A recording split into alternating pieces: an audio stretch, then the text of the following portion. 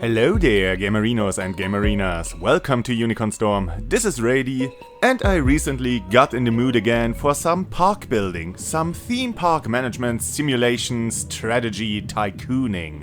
As a kid, I adored theme park and later played a little bit of Roller Coaster Tycoon 2.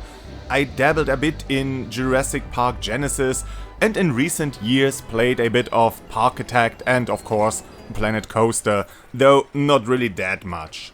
So when I stumbled upon Park Beyond not too long ago, I got this sudden urge to once again open the theme park of my dreams, and it turned into quite a disappointment. So for anyone who notices the weird handling of the interface, I'm playing this game on PS5. But why would I do that? I mean, this is a management simulation, a genre traditionally and best controlled with a mouse and keyboard.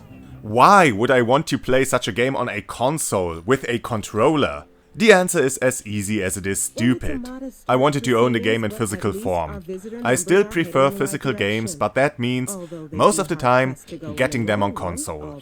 Fewer and fewer PC releases even get a physical disc, and those few that are released on a disc are more often than not just a Steam key on a fancy piece of plastic and aluminium. So yeah, I went with the PS5 version on this. And I mean, gaming has come pretty far. It has been mainstream for a long time now. And multi-platform releases are the norm now. Major releases, even on PC, are optimized for use with a controller or gamepad. So everything should be just fine, right? Of course not. The game plays like ass with a controller, not because the devs just didn't design their UI with a controller in mind, but because it's a broken mess that can't keep track of which menu you're trying to navigate, with tooltips emerging on top of other hints and objectives with no option of closing them or turning them off completely, or any options to move your menu windows just around. The developers did, in fact, have the right idea in designing all the menus with hotkeys, or I guess hot buttons on a controller in mind. Pressing triangle lets you demolish stuff, square lets you manipulate the game's speed. Directional inputs lead to various management menus, and most importantly, your building options. X or cross is generally used for selecting and confirming, while circle cancels and backs out of menus. So far, so good.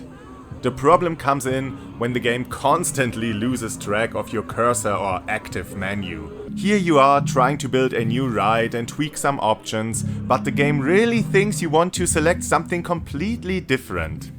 Playing around with the ride's colors is at best a hassle and at worst just not possible with all the active window switching in the background.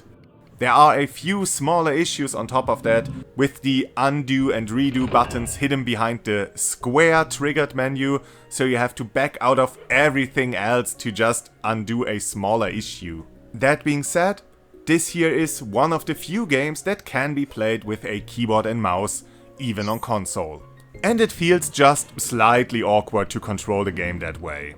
It works, but there are no real options for keyboard and mouse within the game, and the mouse cursor seems to have an uncomfortably low frame rate. The clunky controls on console aren't the only problem with this game though.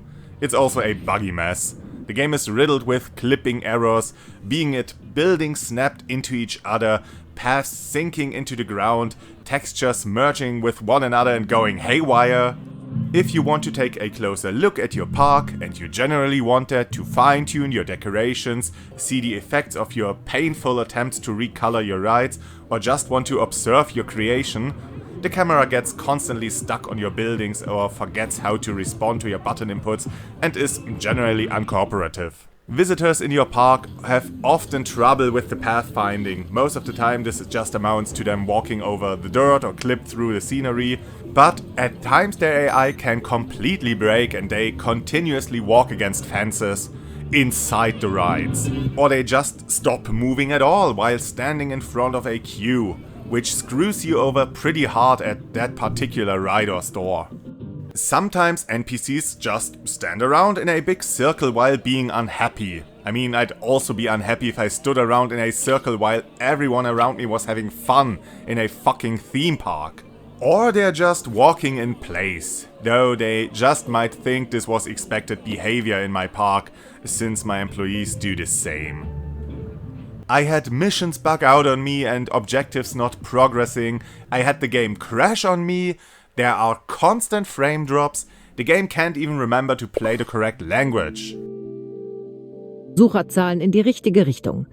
In die andere Richtung wäre allerdings auch nicht mehr viel Spielraum. This is just unpolished and carelessly produced, which is such a shame because the game shows some very creative ideas. The big hook of this game is the impossification. That's what the campaign with its eccentric visionaries is about, and it extends into the gameplay. You see, normal bumper cars, roller coasters, vomit-inducing spinny things and the like are really boring. That's not actually true, but the game still operates under the principle of if you can make it bigger, if you can tack more stuff onto it, you should do it.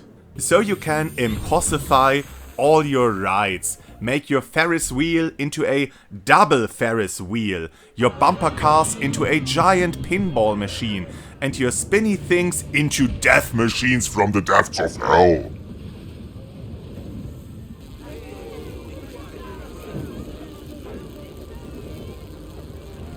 You can also impossify your stores with some neat giant animatronics and even your personnel.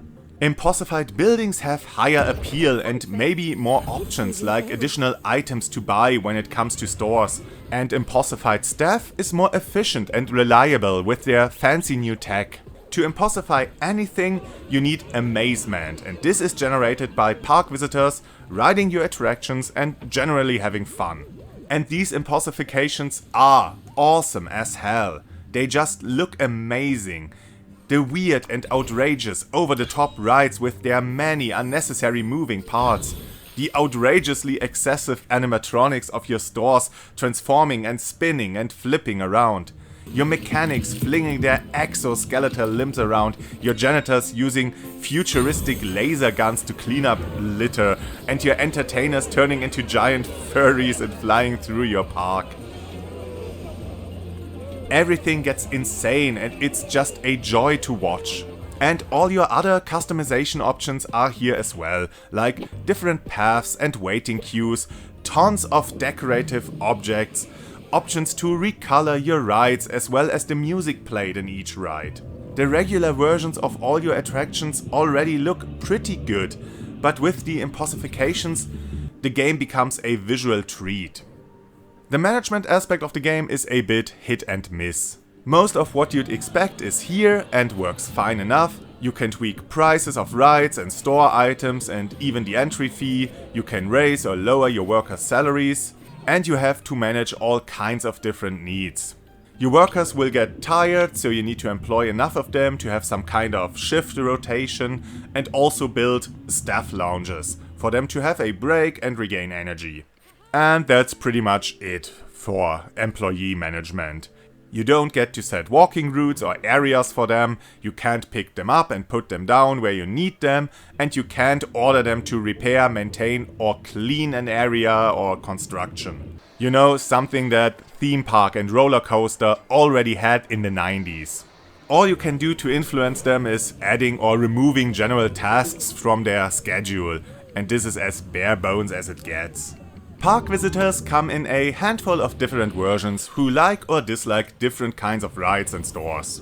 They also need to eat and drink and piss and sometimes puke like in any good park builder. So you have to build food stalls or vending machines and restrooms to satisfy their needs and the correct stores and attractions to keep them happy. And those constructions need to be maintained and your paths need to be kept clean, and this is where your workers come back in. So it's a big happy cycle of producing satisfaction which produces a byproduct, which in turn lessens satisfaction. It's not as complex as it might appear though. Aside from balancing your income and running expenses, the stat you mostly keep your eye on is park appeal, and that one is composed of your park's cleanliness and your visitors' enjoyment. So if enjoyment decreases, just build more rides or impossify them. Lower your prices or hire an entertainer. If cleanliness decreases, build more trash cans or hire more janitors. If you just follow those simple instructions, then, with an increasing number of park visitors, your park appeal will naturally rise, and whenever it reaches a certain threshold, your park level increases, raising your park's visitor capacity and letting you unlock one set of new rides or shops or decorations from the park's research lab. And I don't like this unlock system. It's quite rigid and offers not that much choice or flexibility. You see, most park builders have a research system where you assign funds to specific research projects. Every game has their own little variation on that system, but you always set a budget and influence what to develop next. In Park Beyond, with every level up you select a set of building options and hope those help you reach the next level. If you opted for a suboptimal set and struggle to raise your park's appeal, you can't just research something else. You're stuck with your decision and have to slog through until you raised your level once again. I'm not a fan of useless, superfluous leveling, and it's especially unnecessary in a park builder, and this game managed to have the worst implementation of it. So no, this game isn't that great. It's not even that good. It's a very shallow, mediocre park builder with some really creative visual designs and a lot of huge flaws. Glitches and broken pathfinding can break the simulation and ruin some of your attractions without you even noticing, and there's not a lot you can do about it, aside from closing and moving and reopening your rides again. Unlocking building options through leveling up is too rigid and stops the creative flow. Navigating through menus with a controller is awkward and cumbersome when it works.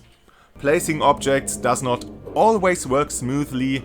Either objects hover ever so slightly above the ground or are placed inside of it. Objects on the same elevation sometimes are built on a ugly metal platform regardless. Stores snap their alignment to the nearest path, even if that one is quite far away and even if you manually rotated it differently. And waiting queues as well always align towards a path and not merge together like you would want them to do. The same shit happened in Roller Coaster in the 90s, but well, I thought we might have learned something since then. Fine-tuning your park is just a hassle, but with the shallow management and bare bones R&D, there's really nothing else to do.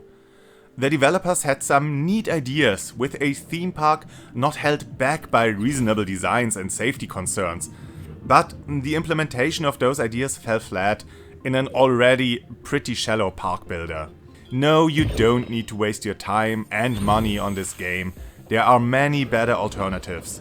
And you could always go back to the classics. But no matter what you do, have a great day. That's it from Rady. And I hope to see you again on the next game.